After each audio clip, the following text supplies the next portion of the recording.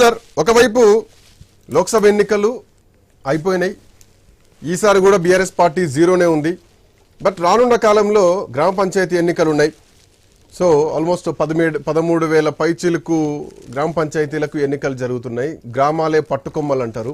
So ఇప్పుడు ఈ గ్యారంటీలు కానీ నిర్ణయించేది వారే, రైతు రుణమాఫీని నిర్ణయించి ఓటేసేది వారే, రైతు భరోసాను నిర్ణయించి ఓటేసేది వారే, రైతు బీమా వారే, పెన్షన్లు వచ్చేది వాళ్ళకే, రేషన్ కార్డులు రావాల్సింది వాళ్ళకే. సో ఒకసారి మనం కొంచెం డీప్గా వెళ్ళి ఆలోచిస్తే కాంగ్రెస్ పార్టీ గెలిచిందే గ్రామీణ ప్రాంతంలో, అర్బనైజ్డ్ ప్రాంతాల్లో రాలేదు, హైదరాబాద్లో రాలేదు, గ్రామీణ ప్రాంతాల్లోనే కాంగ్రెస్ పార్టీ గెలిచింది. బట్ ప్రజలు రాష్ట్రంలో అధికారం లేదుంటారో, కేంద్రంలో అధికారం లేదుంటారో వాళ్ళకే ఓటేయాలన్నటువంటి ధోరణి ఇంకా నడుస్తుందా ఈ మారిన కాలంలో, ఈ మారుతున్న ప్రభుత్వాల్లో? సో ఇక్కడ ఏమైనా ప్రజల మైండ్ సెట్లో మార్పులు వచ్చే ఛాన్స్ ఉంటాయంటారా? సార్ ఒక చిన్న సబ్మిషన్ సార్, ఇంతకుముందు సార్ మాట్లాడిన దానికి, గతంలో బీఆర్ఎస్ పార్టీ ఇన్ని సీట్లు గ్రామాలలో గెలిచింది, దానికి తగ్గట్టుగా దానికి మించి కాంగ్రెస్ పార్టీ గెలవాలని పెద్దలు చెప్పినారు. అయితే దీనికి ఒక చిన్న సబ్మిషను, గతంలో బీఆర్ఎస్ పార్టీ చేసినటువంటి బ్లాక్మెయిల్ రాజకీయాలు కాంగ్రెస్ పార్టీ చేయదు. ఎందుకంటే గతంలో బీఆర్ఎస్ పార్టీ మీరు ఏకగ్రీవంగా సర్పంచ్ని గెలిపించుకుంటే మీకు బోనస్ అమౌంట్ ఇస్తామని చెప్పి మభ్యపెట్టి చాలా గ్రామాలను ఏకగ్రీవం చేసుకున్నది. అట్లాంటి బ్లాక్మెయిల్ రాజకీయాలు మాత్రం కాంగ్రెస్ పార్టీ చేయదు. ప్రజాస్వామ్యంగా ఎన్నికకు పోతాం మేము. Continue sir please. శ్రీకాంత్, ఇప్పుడు తెలంగాణ రాష్ట్రంలో ఇప్పుడు కీలకమైనటువంటి ఎన్నికలన్నీ అయిపోయినాయి. మనకు ఉన్నటువంటి ప్రధానమైనటువంటి ఎన్నికలు గ్రామ పంచాయతీ ఎన్నికలు, స్థానిక సంస్థలు, మున్సిపాలిటీలు, కార్పొరేషన్ ఎన్నికలే. కాబట్టి ఇప్పుడు ఈ ఫిబ్రవరి వస్తే గ్రామ పంచాయతీల కాల పరిమితి ముగిసి సంవత్సరం అవుతుంది. ఇంకా ఎంతో కాలము కాంగ్రెస్ పార్టీ గ్రామ పంచాయతీ ఎన్నికలు, స్థానిక సంస్థల ఎన్నికలు పెట్టకుండా ఉండలేదు. ఖచ్చితంగా 2025లో ఏదో ఒక సందర్భంలో పెట్టాలి. గ్రామ పంచాయతీ ఎన్నికలు కాంగ్రెస్ పార్టీ పెట్టాలంటే వాళ్ళకి ప్రధానమైనటువంటి అడ్డంకి ఏంటి అని అంటే, ఇప్పుడు కులగణన తరువాత బీసీలకు వాళ్ళు ఇచ్చినటువంటి ప్రధానమైన హామీ స్థానిక సంస్థల ఎన్నికల్లో 42% రిజర్వేషన్ ఇచ్చిన తర్వాత ఎన్నికలు పెడతామనేది. బట్ అది ఇవ్వకుండా అది ఒక కొలిక్కి రాకుండా ఎన్నికలు పెట్టడం అంటే కాంగ్రెస్ పార్టీకి కొంత ఆత్మహత్య సదృశ్యం అవుతుంది అనేటటువంటి విషయాన్ని మనం గమనించాలి. ఇప్పుడు ఒకటండి, మనకి ఇక్కడ మనం గమనించాల్సింది ఏంటి అని అంటే, 3 పార్టీలు కూడా స్థానిక సంస్థల ఎన్నికలను ఒక రాజకీయ వేదికగా మలుచుకుంటాయి. సహజంగా అధికారంలో ఉన్నటువంటి పార్టీకి ఖచ్చితంగా వాళ్ళకి అడ్వాంటేజ్ ఉంటుంది. కానీ ఈ 2 ప్రతిపక్షాలు, అటు బీజేపీ, బీఆర్ఎస్ కూడా ఏ స్థాయిలో విజయం సాధించగలుగుతాయి అనేది ఖచ్చితంగా ఒక అంచనాకు వస్తాం, మనం ఒక లెక్కకు వస్తాం. కాబట్టి mood of the state, mood of the people అనే విషయము బయటపడుతుంది. రెండవది, మీరు ఇందాక చెప్పినవన్నీ కూడా గ్రామీణ ప్రాంతాలకు లింక్ అయి ఉన్నటువంటి ప్రోగ్రామ్సే, పథకాలే. ఇప్పుడు మీకు ఖమ్మము, నల్గొండ, వరంగల్, కరీంనగర్ కాంగ్రెస్ పార్టీ గెలిచినటువంటి 64 శాసనసభ స్థానాల్లో ఈ 4 జిల్లాల్లోనే 40 శాసనసభ స్థానాలు గెలిచారు. అంటే ఈ 4 జిల్లాలు కూడా కాంగ్రెస్ పార్టీకి ఒక బలమైనటువంటి సపోర్ట్ ఇచ్చినవి. 4 జిల్లాలు కూడా గ్రామీణ ప్రాంతాలను సంతరించుకున్నటువంటివే. మీకు హైదరాబాద్ లో కానీ, హైదరాబాద్ చుట్టుపక్కల ఉన్నటువంటి అన్ని జిల్లాల్లో కానీ కాంగ్రెస్ పార్టీ 4 సీట్ల కంటే ఎక్కువ గెలవలేదు. మీకు రంగారెడ్డి జిల్లాలో గెలిచినటువంటి 4 సీట్లే తప్ప మిగతా అది ఎక్కడ కూడా గెలవలేకపోయింది అనేటటువంటి విషయాన్ని మనం గమనించాలి. కాబట్టి స్థానిక సంస్థల ఎన్నికలు కీలకమవుతాయి. ఇది పాయింట్ 1. పాయింట్ నెంబర్ 2, ఇందాక మన ప్యానలిస్ట్ లో ఇద్దరు ఒక 2 మాటలు చెప్పారు. ఒకటి ఏంటంటే, యుద్ధ తంత్రం తెలవాలండి. యుద్ధ తంత్రంలో ఎన్ని వేల సైన్యం ఉన్నా రాజును కొట్టేస్తే అయిపోతుంది. బాహుబలి సినిమాలో ఉన్నటువంటి థీమ్ కూడా అదే కదా. కాబట్టి కేసీఆర్ ప్రధాన ప్రతిపక్ష నేత ప్లస్ ప్రధాన ప్రతిపక్ష పార్టీ నాయకుడు, తన ఆబ్సెన్స్ లో ఎంతమంది పోరాడినా అది సైనికులు పోరాడినట్టుగా ఉంటుంది తప్ప ఓ రాజు ముందుండి యుద్ధం చేసినట్లుగా ఉండదు అనేటటువంటి విషయాన్ని మనం గమనించాలి. నేను ఆ కోణంలో చెప్పాను. అంటే రాజకీయాన్ని, యుద్ధాన్ని కలిపి చూసేటటువంటి క్రమంలో ఎత్తుగడ ఉండాలనే దాన్ని చెప్పాను. రెండవది, బట్టి విక్రమార్క గారే స్వయంగా ఏం చెప్పారు? 50% ప్రజలు మా పాలనని ఆమోదిస్తున్నారు, మేము డిస్టింక్షన్ లో పాస్ అయ్యామని చెప్పారు. ఆ విషయాన్ని ఒక విషయం యాడ్ చేస్తున్నాను నేను. మేము డిస్టింక్షన్ లో పాస్ అయ్యాం అంటే 50% ప్రజలు మీ మీద వ్యతిరేకత ఉన్నారని మీరే అంగీకరిస్తున్నారు కదా. ఇక్కడ ఇంకో పాయింట్ శశి సార్, 50% ప్రజలు వ్యతిరేకతగా ఉంటే, 50% పాజిటివ్ గా ఉంటే, అసలు ఓటేసిన వాళ్ళు ఎంతమంది, ఈ వ్యతిరేకించే వాళ్ళు ఎంతమంది? ఆ కోణంలోనే బట్టి విక్రమార్క గారు చెప్పింది. వాళ్ళకి 40% ఓటింగ్ వచ్చిందండి. మీకు లోక్సభ ఎన్నికలకు వచ్చేసరికి కాంగ్రెస్ పార్టీకి వచ్చినటువంటి ఓటింగ్ 39%.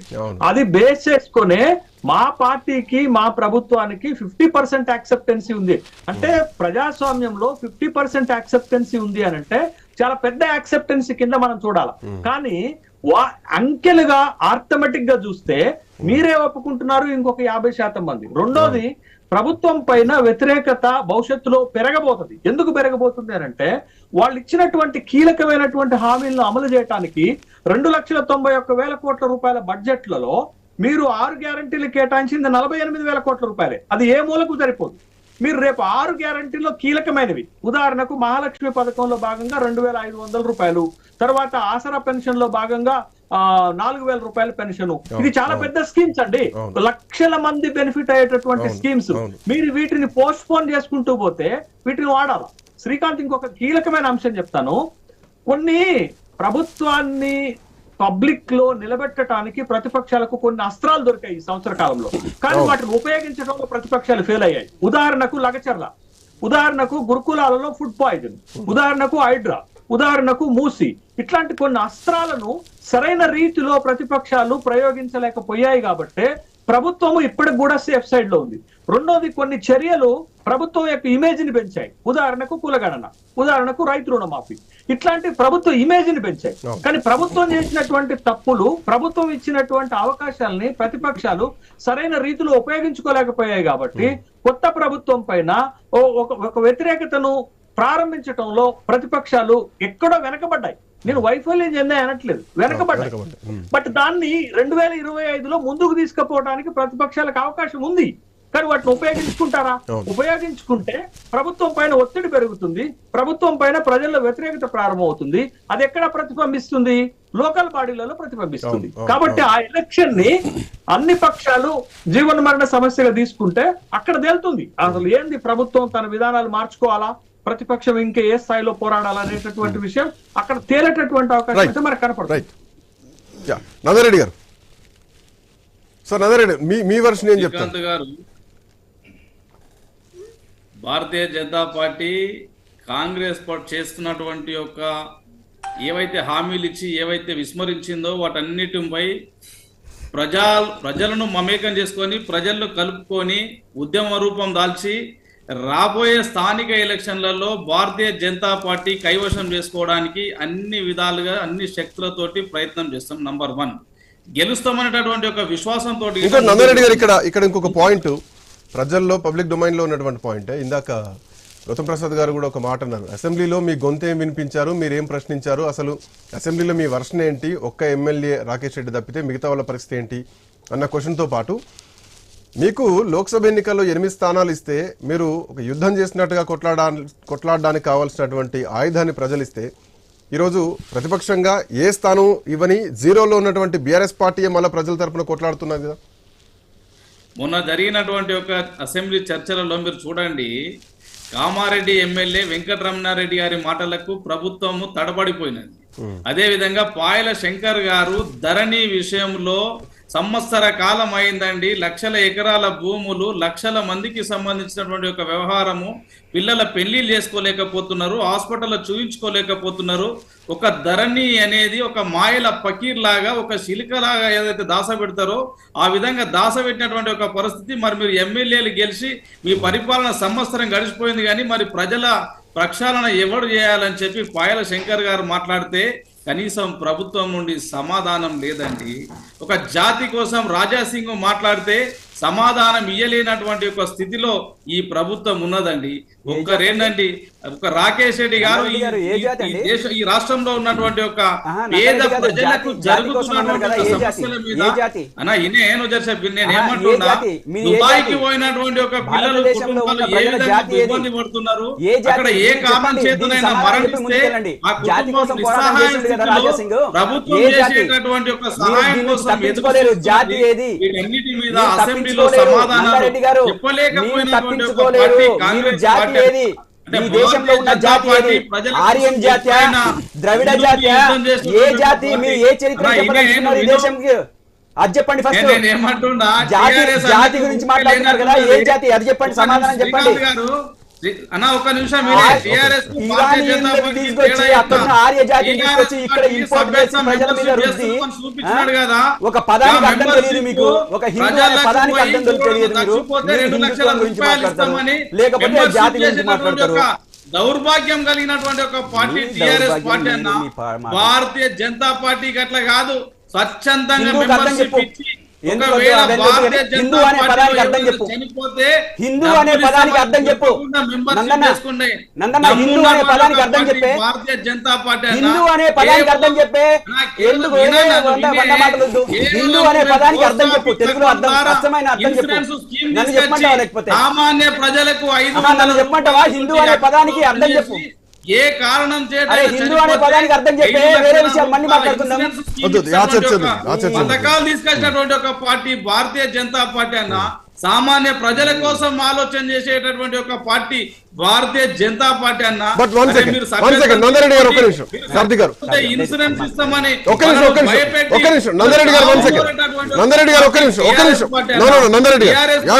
కాంగ్రెస్ బీజేపీ పార్టీకి ఏం పోలికలు అన్న?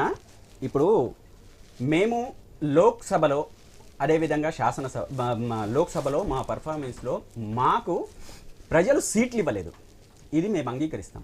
కానీ అత్యధిక ఓట్ల శాతం మాత్రం మాకుంది, ప్రజల మద్దతు మాకుంది. మీకు ఆ లెక్కలతో సహా చెప్తా. బీఆర్ఎస్ పార్టీకి లోక్సభ ఎన్నికల్లో 4,17,315 మంది.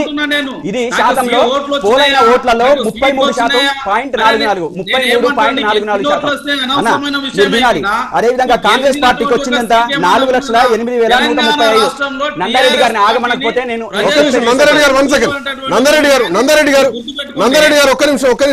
దయచేసి ప్లీజ్ కోఆపరేట్. ఇప్పుడు మాకు లోక్సభ ఎన్నికలలో 4,17,315 మేము ఇది కంపల్సరీ చెప్పాలా ప్రజలకు. అదే విధంగా కాంగ్రెస్ పార్టీకి 4,08,135 ఓట్లు వచ్చినాయి, ఇది 32%, మొత్తం టోటల్ ఓట్లు పోలైన దాంట్లో. అదే విధంగా బీజేపీకి 3,65,374, ఇది టోటల్ ఓట్లలో 29.28%. ఇతరులకు వచ్చింది 57,069, ఇది టోటల్ గా 4%, 4.57%. మొత్తం కలిపితే 1,24,07,893 ఓట్లు పోలైనాయి. దీంట్లో మాకు వచ్చింది 33%, అది గుర్తుపెట్టుకోవాలా, నంబర్ 1. అదేవిధంగా కాంగ్రెస్ పార్టీ, దయచేసి ఇది ఒక్కసారి జూమ్ చేయండి, ఇది అభయహస్తం, ఇది అభయహస్తం కాంగ్రెస్ పార్టీ మేనిఫెస్టో. ఇది దయచేసి మీరందరూ చూడాలా ప్రజలంతా. ఇది కాంగ్రెస్ పార్టీ మేనిఫెస్టో. ఈ మేనిఫెస్టోలో పేజీ నంబర్ 41 జాబ్ క్యాలెండర్ ని వాళ్ళు ఏ నెలలో ఎంత ప్రకటిస్తామని చెప్పేసి వాళ్ళు ప్రకటించారు, ఏ నెలలో ఏవి. అదేవిధంగా మొట్టమొదటి లైన్లోనే వీళ్ళు ఏం చెప్పారనంటే, అధికారంలోకి వచ్చిన మొదటి సంవత్సరంలోనే మేము 2 లక్షల ఉద్యోగాలు మేము పబ్లిక్ సర్వీస్ కమిషన్ ద్వారా మేము భర్తీ చేస్తామని చెప్పేసి మొట్టమొదటి లైన్లోనే వీళ్ళు రాశారు. కాబట్టి వీళ్ళు 2 లక్షల ఉద్యోగాలు మొదటి సంవత్సరం అయిపోయింది. మొదటి సంవత్సరంలోనే వీళ్ళు 2 లక్షల.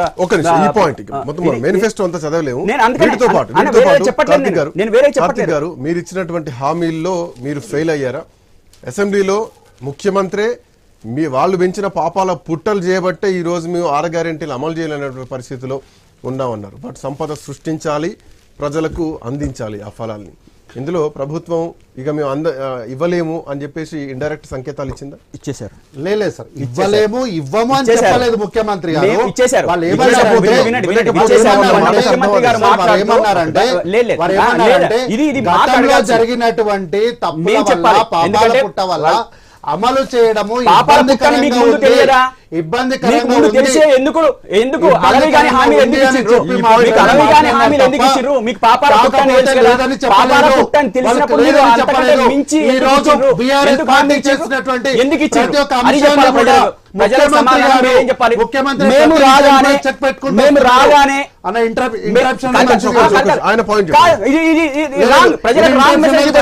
మీరు ఇప్పుడు ముఖ్యమంత్రి గారు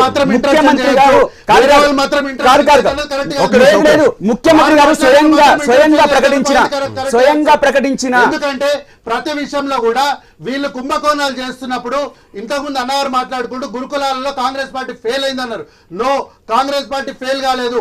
అట్లాంటి సందర్భాలు జరిగినప్పుడు ఎక్కడికక్కడ ఇన్వెస్టిగేషన్ చేసినప్పుడు బీఆర్ఎస్ పార్టీకి చెందినటువంటి ఇదే వేదికలో ఇదే ఛానల్లో చెప్పిన 2 రోజులు తిరగక ముందే కాంట్రాక్టర్లకు బీఆర్ఎస్ కాంట్రాక్టర్లకు చెక్ పెట్టినటువంటి పరిస్థితి ఈ రోజు ఉంది. మీరు వినండి, ముఖ్యమంత్రి గారు మాట్లాడిన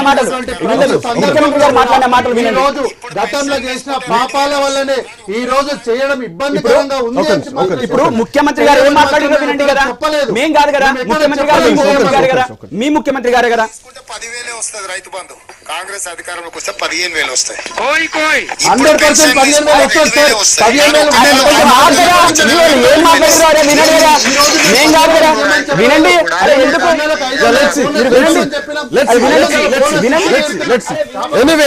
ఎనీవే తెలంగాణలో కాంగ్రెస్ పార్టీ అధికారంలోకి వచ్చిన తర్వాత తెలంగాణలో అధికారంలోకి వచ్చిన తర్వాత 2023 ఎండింగ్ లో 2024లో ఈ సంవత్సర కాలం తర్వాత జరిగినటువంటి చర్చల్లో వైఫల్యాలు ప్లస్ ప్రభుత్వం చేసినటువంటి కొంత మంచి ఏదైతే ఉందో, సో ఇది రాను ఎట్లా ఉండబోతుంది, సో పొలిటికల్ ఈక్వేషన్స్ వచ్చే సంవత్సరం ఎట్లా ఉండబోతున్నాయి. సో ఏదేమైనా కానీ అందరికీ అంతా మంచి జరగాలని మనస్ఫూర్తిగా కోరుకుంటున్నాను.